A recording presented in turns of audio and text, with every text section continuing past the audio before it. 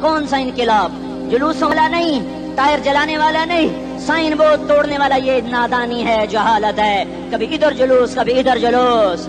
ہاں جلوس نکالو اپنے نفس کے خلاف، جلسہ کرو شیطان کے خلاف، انقلاب لاؤ. اس دل کو مخلوق سے ہٹا کر خالق کی طرف پھیر دو، دنیا سے ہٹا کر آخرت کی طرف پھیر دو، مورتوں سے ہٹا کر محمد مصطفیٰ کی طرف پھیر دو. یہ انقلاب آئے گا تو دن ہرے ہوں گے. یہ انقلاب نہ آیا تو کوئی بڑے سے بڑا دیانتدار عملہ بھی، حکمران بھی ہماری تقدیر نہیں بدل سکتا. یہ فلسفہ ہوائی نہیں ہے. میں بھائیو اللہ کی کتاب کے ساتھ 35 سال دیکھو، اسے میرا دعویٰ نہ سمجھنا.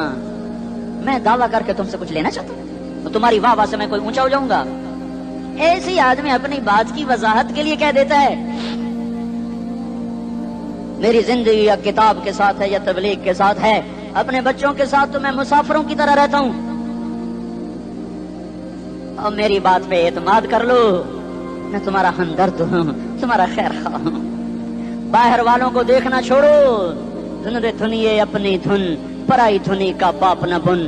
تیری روئی میں 4 بنولے، سب سے پہلے ان کو چن. ہر آدمی اپنی ذات میں اللہ رسول کا بننے کی کوشش کرے. پھر دنیا کے سارے فرعون اکٹھے ہوں گے تو تم موسیٰ کی طرح بچائے جاؤ گے. سارے نمرود اکٹھے ہوں گے تو تم ابراہیم کی طرح بچائے جاؤ گے. ساری دنیا کے عفریت اکٹھے ہو جائیں گے اور ان کے ویل مچھلی کی طرح منہ کھل جائیں گے تو یونس کی طرح بچائے جاؤ گے. اللہ سے یاری لگا لو محمد مصطفیٰ کے غلام بن کر. یہ تبلیغ کی محنت ہے.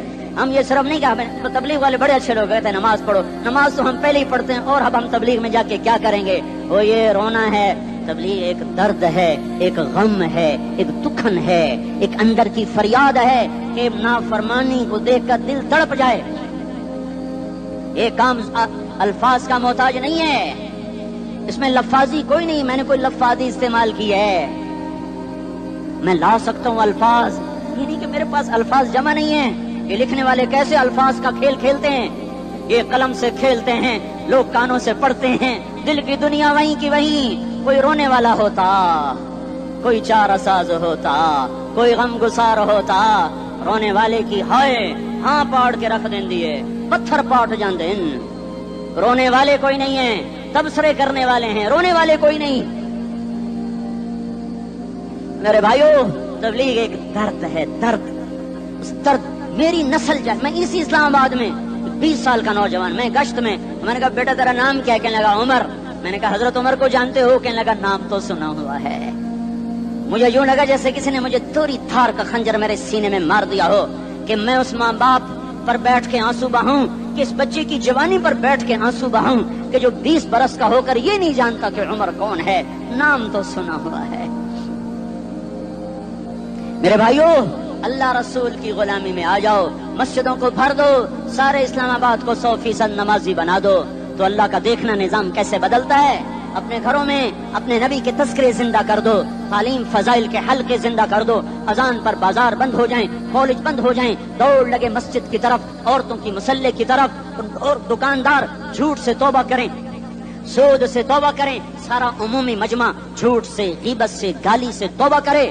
اور پھر دیکھو رت کیسے بدلتی ہے. پھر دیکھو بہار کیسے آتی ہے. آنے کو ہے، یاد رکھنا آنے کو. صبح صادق کے آثار ہیں، سفیدہ سحر نمودار ہو رہا ہے. صبح ہوگی. ہم یہ ضد کر رہے ہیں اپنے رب کہ ہمیں بھی دکھا. ساری زندگی خزاں ہی دیکھی، تھپیڑے جھیل جھیل، اکھیاں ہی پتھر آ گئیں، جسم ہی اکڑ گئے. تمنا ہے مانگا کرو اللہ سے، یا اللہ خزاں دکھا کے موت نہ دینا. اسلام کی بہار بھی دیکھیں. اور آنے کو ہے، باد صبا چلنے کو ہے. جو توبہ کر جائے گا بچ جائے گا، جو نہیں کرے گا جھاڑو پھرنے کو ہے. جھاڑو پھرنے کو ہے، جھاڑو پھرنے کو ہے. پھرے گا پھرے گا پھرے گا. کون کون کون؟ یہ اللہ آئے گا، اللہ آئے گا، اللہ آئے گا. اس بے حیائی کے نقشے کو ٹوٹنا ہے. اسے توڑے گا یہ ٹوٹے گا، اسے توڑے گا یہ ٹوٹے گا، اسے توڑے گا یہ ٹوٹے گا. اسے کون توڑے گا؟ اسے اللہ توڑے گا، اسے اللہ توڑے گا، اسے اللہ توڑے گا، اسے اللہ توڑے گا. اللہ بت پرستی کو مہلت دیتا ہے، کفر و شرک کو مہلت دیتا ہے، بے حیائی کو مہلت نہیں دیتا، نہیں دیتا، نہیں دیتا. آئے گا اللہ. آپ نے روزانہ اپنے گھر میں صفائی کرواتے ہو. یہ دھرتی میرے اللہ کی ہے, یہ آنگن میرے اللہ کا ہے, صفائی ہونے کو ہے. توبہ کر لو, توبہ کر لو, توبہ کر لو. میں کوئی نجومی پامسٹ کوئی نہیں ہوں, میں تو قرآن و سنت میں غور کر کے بتا رہا ہوں, اقوام عالم کا مشاہدہ کرتے ہوئے بتا رہا ہوں کہ یہ آنگن صاف ہونے کو ہے, ہواؤں کا رخ بدلنے کو ہے, فلک کے تیور بدلنے کو ہیں. آ جاؤ, آ جاؤ, مسجد میں آ جاؤ. دیکھتے نہیں ہو سونامی کا پانی سب کچھ بہا گیا, مسجد کو ہاتھ بھی نہ لگایا. وہ انڈونیشیا کے آچے میں کیا ہوا, انسان بھی بہ گئے, جانور بھی بہ گئے, گھر گھروندے 10-10 منزلہ بلڈنگیں بہن گئی. ایک چھوٹا سا گھر محفوظ کھڑا ہوا ہے, ایک چھوٹا سا گھر محفوظ کھڑا ہوا ہے جس کو لوگ مسجد کہتے ہیں. مسجدیں بھر دو, انقلاب آ جائے گا. تو دیکھو میرے عزیزو, میرے بھائیو, میرے بزرگو, سارے مجھ سے چھوٹے بھی بیٹھے ہو, مجھ سے بڑے بھی بیٹھے ہو, میرے ہم عمر بھی بیٹھے ہو, میں تم سب کے سامنے ہاتھ جوڑ کے کہتا ہوں آج توبہ کر لو, آج توبہ کر لو. ہم اس کو انقلاب کہتے ہیں.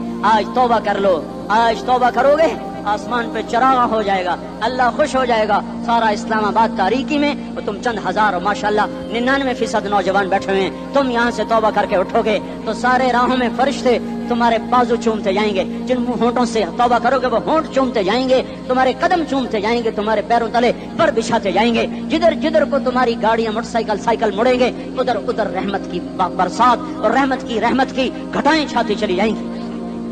چلا 4 مہینے, اب تو چھٹیاں ہو چکی ہیں, ساری چھٹیاں یہ نوجوان لڑکے جو کہتے ہیں نکل جاؤ 40 دن کے لیے, 4 مہینے کے لیے, اور چھٹیوں کا سیزن کمائی کا ہے, چلا لگاؤ, 4 مہینے لگاؤ.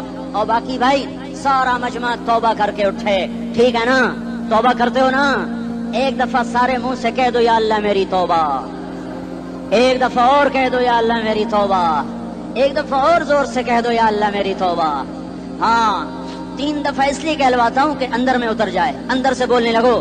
اگر تم نے سچی توبہ کر لی ہے, اگر سچی کر لی ہے تو مجھے زمین آسمان کے رب کی قسم تمہیں مبارک ہو, تمہارے سب معاف ہو.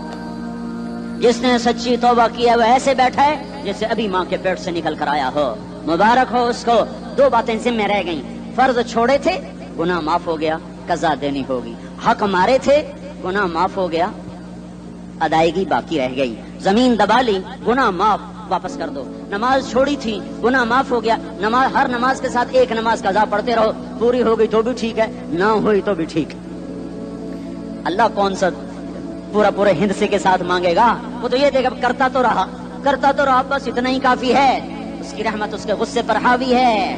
فلیوم فا کا لفظ جب آتا ہے تو نتیجے کو فوری بتاتا ہے. فلیوم, اور یوم جب پہلے آتا ہے تو دن کو قریب لے کر آ جاتا. ابھی قیامت تو ابھی تک نہیں آئی, اور 1426 سال پہلے یہ آیت اتری, اور اللہ کہہ رہا بس ابھی الذين آمنوا من الكفار يضحكون على الارائك ينظرون هل ثوب الكفار ما كانوا يفعلون. بس ابھی آج کے دن تم منبر پر ہوگے اور مجرم نیچے زمین پر ہوں گے, تم مسکرا رہے ہوگے, وہ رو رہے ہوں گے. تمہارا سر اونچا ہوگا, ان کا سر نیچے ہوگا. تمہارے سر پہ تاج ہوگا, ان پہ سر کے آگ کی ٹوپی ہوگی. تمہارے گلے میں ہار ہوگا, ان کے گلے میں توق ہوگا. تمہارے ہاتھوں میں کنگن ہوں گے, ان کے ہاتھوں میں بیڑیاں ہوں گی, ان کے ہاتھوں میں ہتھکڑیاں ہوں گی.